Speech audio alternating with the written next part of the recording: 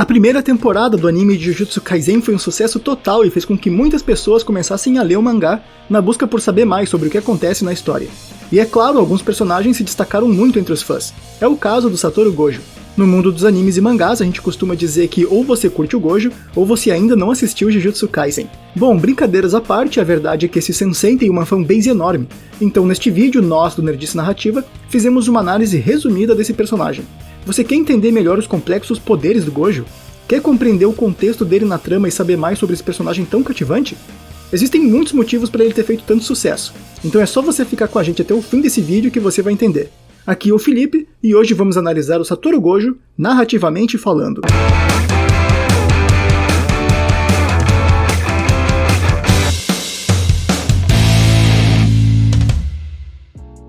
Galera, e antes de mais nada, eu já peço para vocês deixarem o like, se inscrevam no canal caso ainda não sejam inscritos, ativem o sininho para receber as notificações, que isso ajuda muito a gente a aumentar o alcance dos nossos vídeos, beleza? É só o que a gente pede aí para vocês, para que a gente possa continuar produzindo o nosso conteúdo. Aliás, nós temos outro vídeo de Jujutsu Kaisen aqui no canal, com uma análise muito bacana fazendo comparações com Naruto e Bleach. Então assim que vocês assistirem todo esse vídeo, podem ir lá conferir que tá bem massa. E já aproveito para informar que agora o Nerdice Narrativa tem um novo integrante e um quadro novo também. Além de todos os nossos vídeos de análise, temos agora um quadro com curiosidades e outros tópicos do mundo geek, que será apresentado pelo Pablo Zorzi. Assim como eu, o Pablo é escritor e manja bastante de alguns assuntos do universo nerd. Então já fica a dica aí para você assistir os outros vídeos do nosso canal, beleza? Dito isso, bora pro vídeo. Como é um vídeo de análise, talvez você receba algum spoiler aqui, e eu vou ter que usar uma e outra informação do mangá de vez em quando, mas sempre que possível vou tentar usar exemplos e cenas do anime mesmo, beleza? Então vamos lá, afinal de contas, quem é esse tal de Satoru Gojo? Bom, ele é apenas o cara que é visto como o feiticeiro Jujutsu mais poderoso ainda vivo. É isso aí galera, valeu! Zoeiras à parte, a verdade é que é isso mesmo, mas para entender melhor, vamos separar por partes. Primeiro vamos falar de como a obra apresenta esse personagem para o público.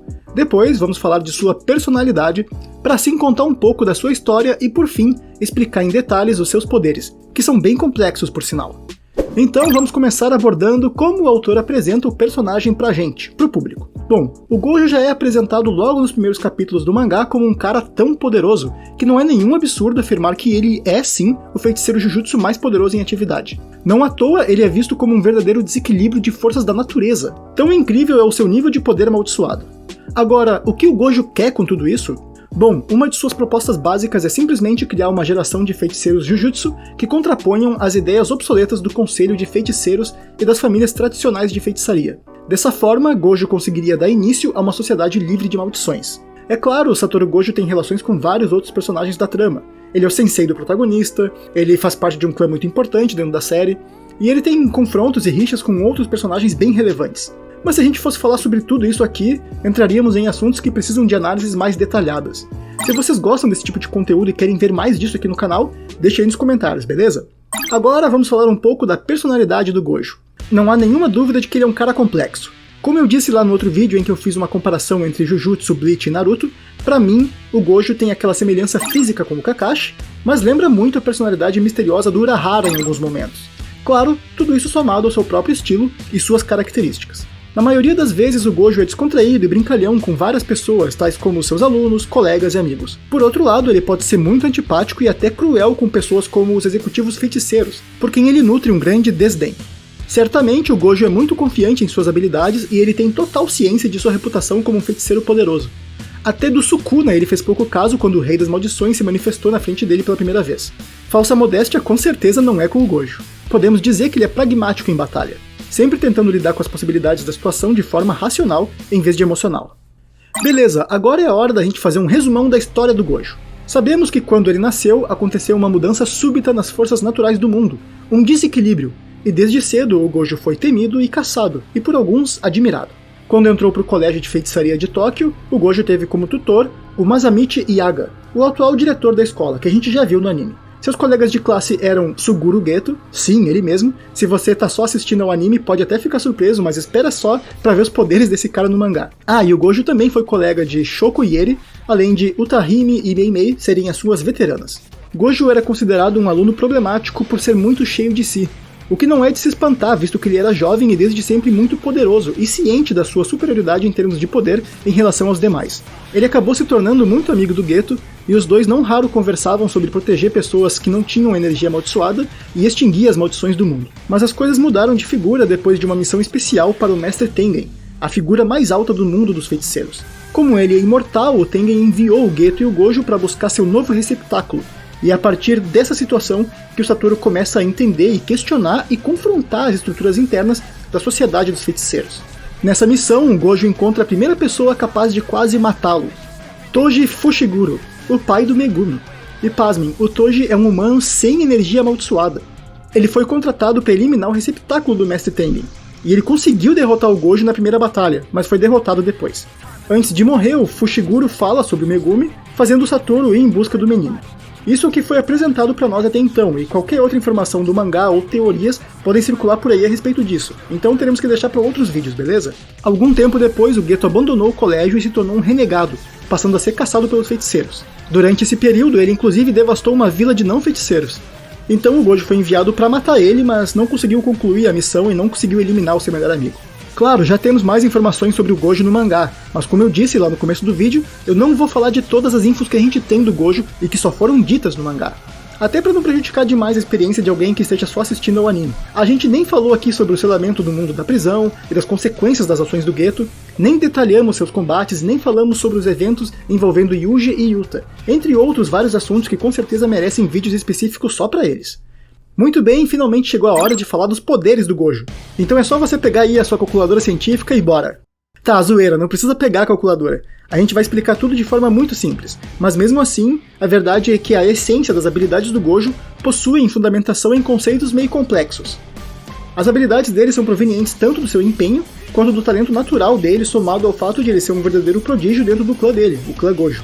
No volume 0 do mangá de Jujutsu Kaisen, o próprio Gojo diz que o seu clã vem da linhagem de um dos 3 espíritos vingativos japoneses, o Michizane Sugawara.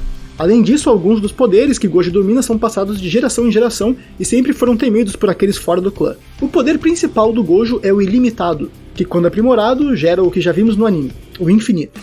Além disso, ele carrega outra habilidade hereditária chamada Rokugan, os 6 olhos. Agora vamos explicar melhor como tudo isso funciona. Para começar, precisamos deixar bem claro aqui que um dos grandes diferenciais do Gojo é a sua gigantesca quantidade de energia amaldiçoada. Ele pode usar uma expansão de domínio várias vezes em curtos intervalos de tempo, e consegue combinar energias diferentes. Ou seja, não apenas ele tem muita energia, como ele tem um alto controle sobre essa energia. E aqui cabe uma referência muito boa a Bleach, que é uma grande influência do Akutami, que é o autor de Jujutsu. Em Bleach temos o personagem Aizen, que faz a seguinte afirmação, abre aspas, é muito difícil pisar em uma formiga e controlar a força para não esmagá-la, fecha aspas. E isso faz muito sentido pro Aizen, até porque ele é extremamente poderoso e tudo mais. Agora, olha a referência que temos em Jujutsu, no episódio 21 do anime, em que o Gojo pisa em formigas que estão passando ali pelo chão, e ele sai sorrindo. Mas a gente percebe que nenhuma formiga foi esmagada. Que referência bonita, formosa e bem feita, hein? O controle que o Gojo tem sobre a sua própria força é tão grande que ele consegue escolher se vai esmagar uma formiga ou não ao pisar nela. Mas enfim, retomando aqui, compreendemos que o nível de controle do Gojo sobre a sua energia amaldiçoada é fundamental para usar suas técnicas com eficácia e eficiência. Uma de suas técnicas é o Ilimitado, como já mencionamos. Em seu nível inicial é nada mais que uma técnica proveniente do clã Gojo, que permite a manipulação do espaço a nível atômico. Vamos entender melhor quando falarmos das outras técnicas, como por exemplo o Infinito, que é, digamos assim, uma manifestação neutra do Ilimitado, e permite ao Gojo desacelerar as coisas. Mas tipo, desacelerar muito as coisas. Exemplificando, imagine que o inimigo é o elemento A, e o Gojo é o elemento B. E agora imagine uma situação em que o elemento A tenta acertar um hit do Gojo, que é o elemento B. Beleza, agora entenda que é como se existisse uma distância infinita entre os elementos A e B, e dessa forma o ataque nunca acerta o Gojo. Segundo o próprio Gojo, essa é a convergência de uma série infinita, e pode ser explicada pelo paradoxo de Aquiles e da tartaruga, que a gente não vai entrar em detalhes aqui porque seria muita coisa. Mas passando rapidinho no mundo da matemática, basta entender que entre um número e outro, por exemplo, os números 1 e 2, existe uma infinita quantidade de frações que os separam. E é mais ou menos essa a lógica por trás da técnica. O 1, conceitualmente, nunca vai chegar no 2, já que as frações que existem no meio do caminho são infinitas. Seguindo essa lógica, Gojo cria o infinito entre ele e o seu adversário, de modo que o inimigo nunca será capaz de atingi-lo. Mas isso não é tudo. O mais incrível dessa técnica é que o Gojo pode escolher o que ele atinge ou o que ele não atinge. Ou seja, os inimigos nunca atingem ele, a menos que ele queira, e o Gojo pode atingir quem ele quiser. E ele faz tudo isso com base na massa, velocidade e classificações de perigo dos adversários, de acordo com o conceito de manipulação do espaço a nível atômico que comentamos na técnica anterior. Outra habilidade é a técnica amaldiçoada de Lapso Azul, que cria um cenário em que situações impossíveis matematicamente falando acontecem, como por exemplo a concepção de um item negativo, como uma maçã negativa. No mundo real, não existem maçãs negativas, porque na prática ou algo existe ou algo não existe. Então a gente usa o conceito de negativo para poder realizar cálculos e nos organizar e tudo mais. Porém, nessa técnica o Gojo utiliza esse conceito para forçar as regras da realidade a tentar se corrigir e preencher o espaço negativo, portanto fazendo com que as coisas se agrupem no ponto dessa impossibilidade, resultando em um efeito de atração. E usando esse poder de atração, o Gojo usa outra técnica, a produção de alta energia amaldiçoada de Lapso Azul, que faz com que um único ponto atraia tudo ao seu redor. Mas também temos a técnica amaldiçoada reversa, o vermelho, que tem um efeito contrário do azul nesse contexto. Aqui o Satoru Gojo ativa a divergência do seu infinito e faz com que uma técnica que atrai se torne uma técnica que repele. E é claro, temos também a mescla dessas duas técnicas, o vazio roxo, em que o Gojo mistura as habilidades de atrair e repelir, criando uma liberação de massa tão poderosa que deleta tudo em seu caminho, como já vimos no anime. Além dessas técnicas apelonas, o Gojo também já mostrou a técnica da cortina, em que ele pode criar uma barreira que circunda uma certa área, e essa barreira é capaz de isolar a área de outras pessoas ou de uma pessoa específica. E obviamente o Satoru Gojo possui uma expansão de domínio muito overpower, que no português foi traduzido como Void, ou vazio infinito. Com essa técnica, Gojo cria um espaço dentro do ilimitado, que faz com que as ações que o oponente executa em vida sejam forçadas a ele indefinidamente. O inimigo é submetido a uma carga de informação gigantesca, limitando seus movimentos e processos de pensamento. O cérebro do oponente entra em colapso, e aí o Gojo faz com ele o que bem entender. E mais, o controle do Gojo sobre essa técnica é tão apurada que ele pode ativá-la por um intervalo de 0,2 segundos, limitando seu efeito sobre aqueles que ele aprisiona dentro da técnica. E aqueles com quem ele fez contato físico ficam imunes aos seus efeitos.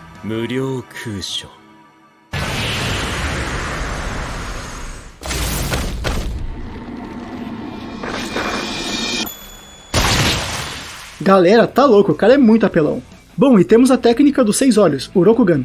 Não se sabe muito sobre ela ainda, embora no mangá já tenhamos um pouco mais de informação. Então a gente vai se basear nisso. A verdadeira função dessa técnica ainda é aberta a interpretações, e aqui a gente vai falar um pouco sobre a nossa interpretação desse poder, beleza? Ah, e claro, esse nome de 6 olhos é só um nome mesmo, tá? Não significa que o Gojo vai ter 6 olhos na cara, ou enfim, algo do tipo. Pelo menos não foi mostrado nada assim ainda. O que dá a entender realmente é que esse nome é meio que uma forma de dizer que alguém com essa técnica pode enxergar muito além, e não apenas no sentido de visão, e sim de compreensão ou percepção do mundo e da realidade, e provavelmente percepção da energia amaldiçoada como um todo. Primeiro, precisamos deixar aqui uma informação muito importante. Nos últimos 100 anos, a única pessoa do clã Gojo a conseguir usar a técnica dos 6 olhos e a técnica do ilimitado concomitantemente foi o Satoru Gojo. Ou seja, sim, é algo bem raro. Acredita-se inclusive que é por causa dessa habilidade dos 6 olhos que o Gojo consegue manipular a técnica do ilimitado com tamanha proeza, o que o permite criar e executar todas aquelas outras técnicas que a gente já citou nesse vídeo, inclusive gastando bem menos energia amaldiçoada do que a maioria dos outros feiticeiros. Em resumo, o Gojo tem muita energia amaldiçoada, mas não precisa usar grandes reservas dessa energia, porque ele tem um preciso controle na utilização de suas técnicas. Possivelmente por causa da sua maestria em utilizar a técnica dos 6 olhos, que o permite, entre aspas, enxergar o mundo de uma forma diferente. Além disso, aparentemente os olhos de Gojo possuem sim uma capacidade superior que a de humanos comuns ou mesmo de outros feiticeiros, conseguindo enxergar a longa distância e processar informações através dos seus olhos com alto nível de assertividade. Na verdade, em alguns momentos parece bastante até com a técnica do Haki da Observação em One Piece, mais precisamente a utilizada pelo Almirante Fujitora, pois além de tudo é como se fosse uma capacidade extrasensorial do Gojo. Já vimos ele desviar de ataques em que o inimigo nem sequer estava em seu campo de visão, e no mangá temos demonstrações ainda mais elevadas desse tipo de poder, o que justificaria o personagem usar venda nos olhos, já que em tese ele não precisa sempre dos olhos. E aqui cabe o entendimento também de que o Gojo utiliza a venda justamente para ficar mais confortável. Agora você me pergunta, como assim ficar mais confortável? O que isso tem a ver? Pera aí que eu vou te contar. Lembrem-se que os 6 olhos aparentemente permitem ao Gojo uma compreensão ou uma visão muito mais ampla e complexa das coisas. E lembrem-se que uma das técnicas do Gojo justamente trabalha com o conceito de submeter o inimigo a uma carga enorme de informação, a ponto de colapsá-lo. Com isso em mente, a gente pode subentender que, ao descansar os olhos com uma venda ou mesmo com óculos escuros, o Gojo está literalmente mais confortável, porque ele está descansando um de seus sentidos. Agora, no momento em que ele precisa lutar com mais seriedade, ele pode muito bem tirar essa venda e colocar um sentido a mais no jogo, o que vai exigir mais da sua concentração, mas também aumenta a sua capacidade em batalha. Galera, resumidamente é isso. Pegue um personagem com personalidade misteriosa, design maneiro, poderes apelões e influência relevante na trama, agora coloque tudo isso num bom roteiro bem amarradinho e tcharam! Temos aí Satoru Gojo, o brabo de Jujutsu Kaisen. Espero que tenham curtido o vídeo. Eu sei que faltou coisa aqui e, como eu sempre digo, se vocês querem outras informações ou análises mais profundas de lutas específicas e tal, ou qualquer outro tipo de análise, se manifestem aí nos comentários. Eu sempre leio e respondo todos, beleza?